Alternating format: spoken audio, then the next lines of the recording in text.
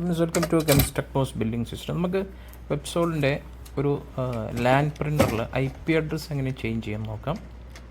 Just നമുക്ക് ഫസ്റ്റായിട്ട് പ്രിൻ്ററിൽ നിന്നൊരു ടെസ്റ്റ് പേജ് എടുത്ത് നോക്കാം.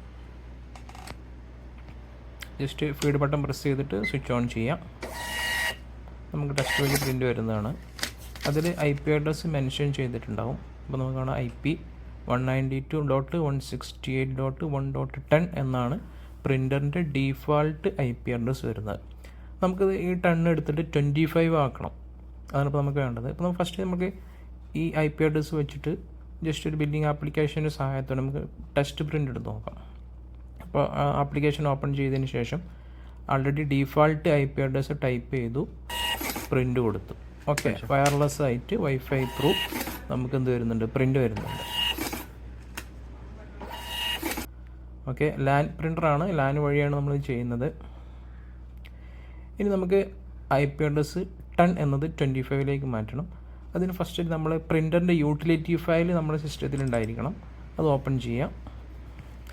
അതിൽ സിമ്പിളാണ്, വളരെ ഈസി ആയിട്ട് ഡയറക്റ്റ് നമ്മൾ നെറ്റ്വർക്ക് എന്ന് പറയുന്ന ഒരു ഓപ്ഷന് കാണാൻ സാധിക്കും. ഓപ്പൺ ചെയ്യാം. അതിൽ ഡയറക്റ്റ്ലി IP അഡ്രസ്സ് എന്ന് പറയുന്ന കോളം ഉണ്ടാവും. അവിടെ നമ്മൾ ഡീഫാൾട്ട് IP അഡ്രസ്സ് മാറ്റിയിട്ട് നമുക്ക് ഏത് നമ്പറാണോ വേണ്ടത് അതിൻ്റെ നമ്പർ സെറ്റ് ചെയ്ത് കൊടുക്കാം. ജസ്റ്റ് സെറ്റ് എതർനെറ്റ് IP എന്നുള്ള ബട്ടൺ ക്ലിക്ക് ചെയ്ത് കഴിഞ്ഞാൽ ഉടനെ ഒരു പ്രിൻ്റ് വരുന്നതാണ്. അത് നമുക്ക് കാണാം ലാസ്റ്റ് 25 ആയിട്ട് മാറിയിട്ടുണ്ട്. ഇപ്പോൾ 192.168.1.25 ആയിട്ടുണ്ട്. അപ്പോൾ പ്രിൻ്ററിൻ്റെ IP അഡ്രസ്സ് ഡീഫാൾട്ടിൽ നിന്ന് മാറി. ഇനി നമുക്ക് ഈ IP അഡ്രസ്സ് വെച്ചിട്ടാണ് പ്രിൻ്റർ കണക്ട് ചെയ്യാൻ സാധിക്കുള്ളൂ.